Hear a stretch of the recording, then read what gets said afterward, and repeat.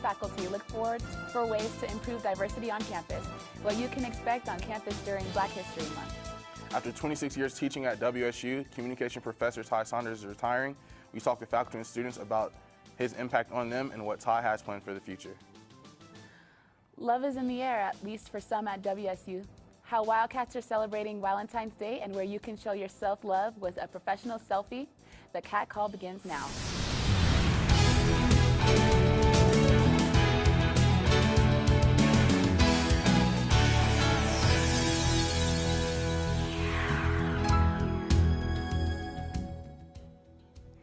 Welcome to the Cat Call. I'm Tyrone Brown. And I'm Jasmine Pittman.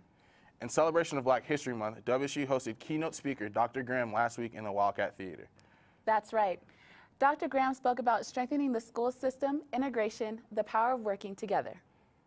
On February 7th, Dr. Graham spoke to students and staff alike on making WSU a more integrated and diverse campus, giving professional insight on how to improve student relations. We can be more collaborative, and that all students who attend school here feel as if they're valued. WSU Black Scholars United advisor Betty Sawyer also agreed with the input Dr. Graham described and also had some advice of her own in regards to looking at the big picture. Systematically, that we're looking at issues around housing, we're looking at issues around poverty, we're looking at issues around health and wellness, so that it's a more holistic approach. Students were also able to voice their opinions on Dr. Graham's presentation and how more diversity is achievable at WSU. Just bringing in more educational resources, like bringing in more diverse faculty. Based on the presentation and the feedback from those in the audience, it seems that there are ideas that can be implemented right here on campus. Be sure to check out the WSU BSU Facebook page for more Black History Month events happening this month. Weber State Sustainability and Carbon Neutral Program gets help from the Browning Center as they make the Eccles Theater LED efficient. Michaela Fontella shows us the new light grid. The Browning Center recently updated the Eccles Theater with new LED lighting, making the Eccles Theater the first undergraduate theater in the country to have done so, and one of the few theaters in Utah as well. Austin Hull and Jessica Greenberg explain the benefits. The reason we chose this theater to use them in first and not the Allred or the Ostad theaters is because of the height of the theater itself. The technology is equivalent for that 575 watt lamp. We are able to use a lot less power with these new instruments, and they will also create less heat in their use, which will then reduce costs for heating and air conditioning in the space. Not only do the lights save money and power, they also give students flexibility in their design. With using the same light, I can go from that amber to change it to, like, say, a dark blue or something like that to kind of like really accentuate those moments, and that's something that's really exciting for a designer like myself. Reporter Hayden Wadsworth takes us on the catwalk. So this is an example of the color source par that Covey was talking about earlier. Color source par, it's basically just got these little LEDs in here, and then what we do is we just turn it on, and from our console can control the different color and things like that coming out of this. The Browning Center isn't anticipating to change all theaters to LED, but for now, the Eccles Theater's future is looking a little brighter. For the Cat Call, I'm Kayla Fontanilla. So next time you're in the Eccles Theater, look up and appreciate the lights.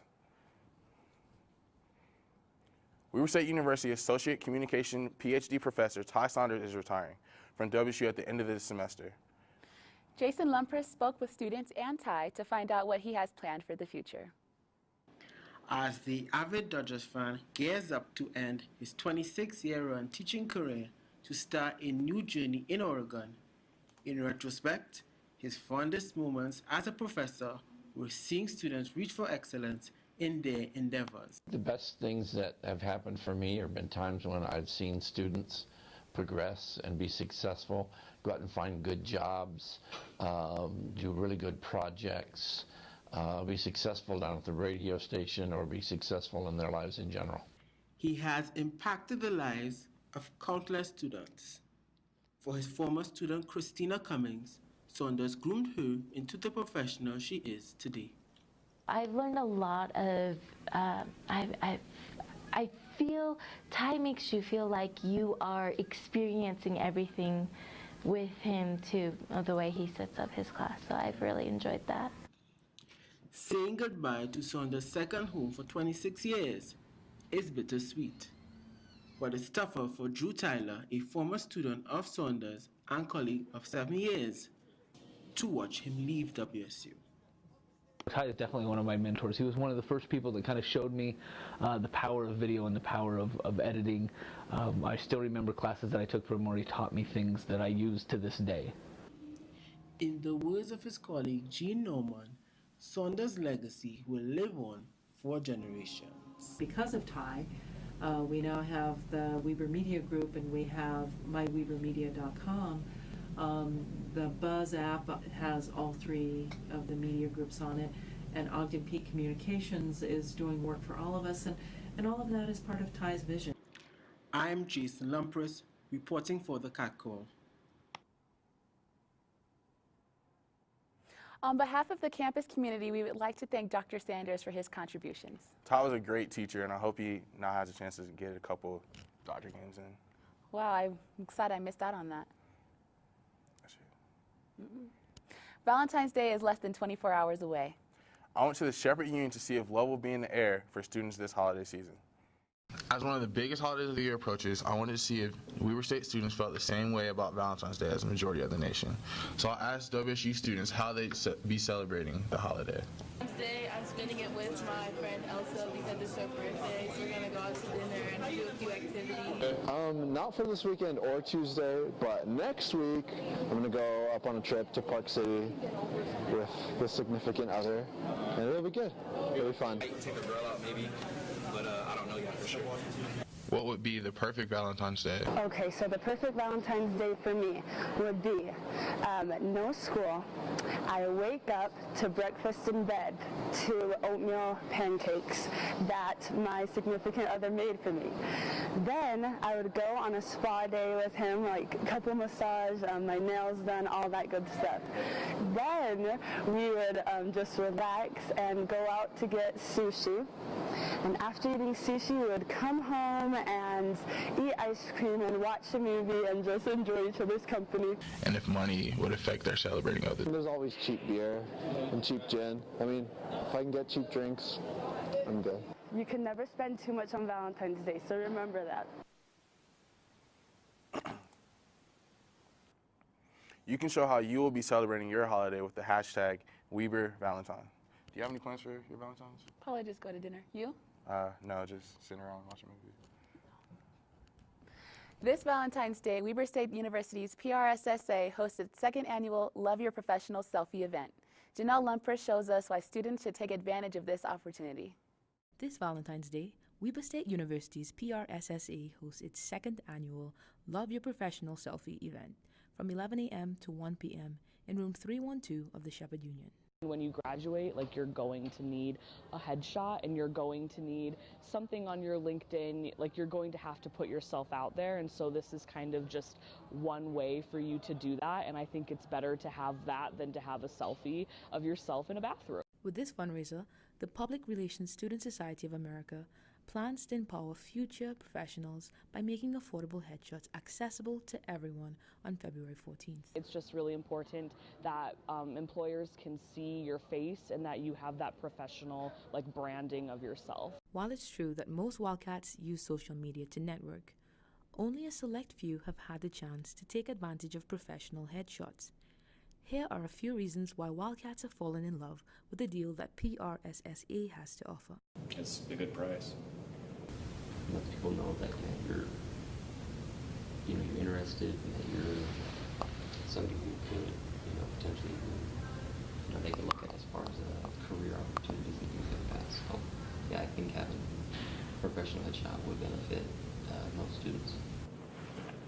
I think the Love Your Selfie event is a good deal. The event, which costs $20, also gives participants an option to receive resume feedback from experts. So, if you're headed down to the Love Your Professional Selfie event, remember to dress for success. For the Cat Call, I'm Janelle Lumpers. Thanks, Janelle. The Love Yourself Professional Selfie event will be on Tuesday, February 14th from 11 a.m. to 1 p.m. in room 312 of the Shepherd Union building. Every year, Weber State hosts honor events for musicians around the state. This past weekend, around 100 talented students from around Utah came and participated in WSU's Honored Orchestra. Jessica Wright takes us there. While Honor Band has been a long-standing tradition at Weber State University, Honor Orchestra has only been going for 3 years.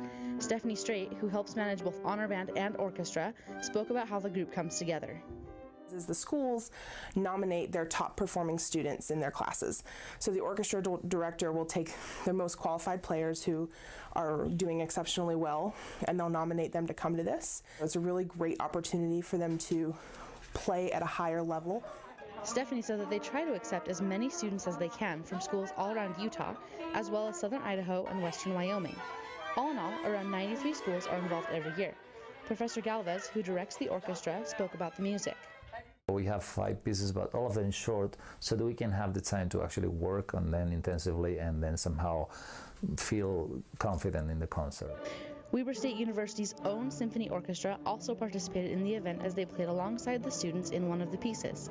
Amanda Kapner, who plays viola in the ensemble, was excited to participate.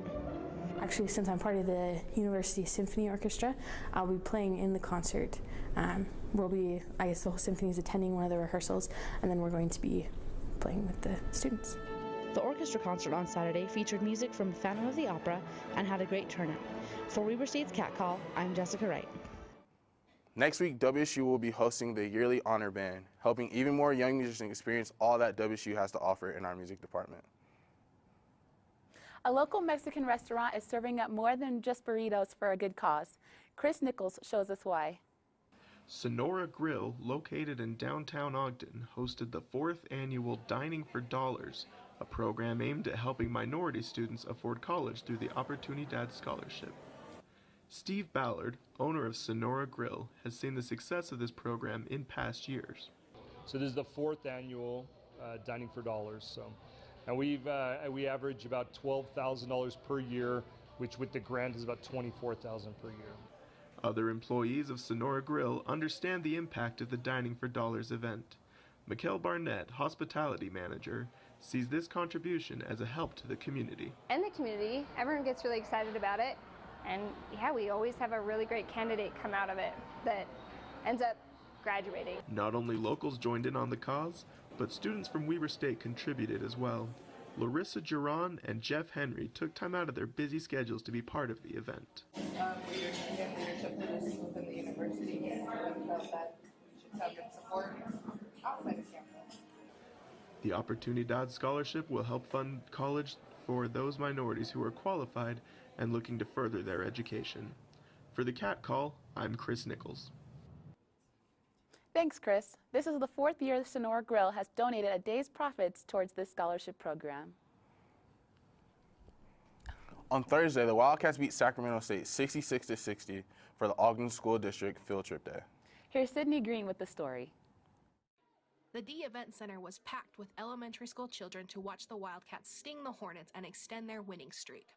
6th grade teachers, Laura Wilcox and Casey Cherry from Odyssey Elementary, were able to bring their students to the game. Just fun to let them take a break from schoolwork and to come out and be a part of the community. And I've seen a really good example of them learning sportsmanship, just being able to cheer on our team. The large crowd of screaming children energized the Wildcat players. Senior Deshira Thomas and sophomore Yarden Denan were proud to be a part of today's game. It was good. The loud noise, the cheering. I love it every time we have a game like this. Thomas led the team with 13 points and Denan had 11 of her own. Sophomore Emily Drake had 4 assists and a game high of 3 steals. Junior Kaylee Quinn was the top rebounder for the Wildcats, grabbing 6 for the game. Weber State head coach Beth Ann Ord was proud of how her team played today. You knock those shots down when you're getting steal, when you're making a great defensive stop, only letting them have one opportunity at the rim, doing a good job with the boards, and that really helped. It really helps you. The Wildcats held Sac State to one of the lowest scoring games they have had so far this season. The Wildcats now have a conference record of 5-6. For the Cat Call, I'm Sydney Green. The Wildcats will hit the road next week and will return to the D Event Center on Thursday, February 23rd for their second-to-last home game of the season. Weber State University men's rugby team kicked off their first game at home this season Saturday against Dixie State. Weber State's rugby team hosted Dixie State Saturday in a midday match. The game was played at Ogden Sports Complex located near 20th Street on Monroe Boulevard. Weber ended up being down 16-8 at half, then began to tally points starting in the second half. Weber landed 1 point behind Dixie State with 2 minutes left in the game, but unfortunately could not finish the job. The final score was 23-22 in favor of Dixie State. Assistant coach Eddie Williams said he was happy with how the guys played and expects them to keep working hard throughout the rest of the season. Weber State's next men's rugby game is Saturday, February 18th against Utah Valley. Thanks for watching. Until next time, I'm Jasmine Pittman. And I'm Tyrone Brown. And have a great week.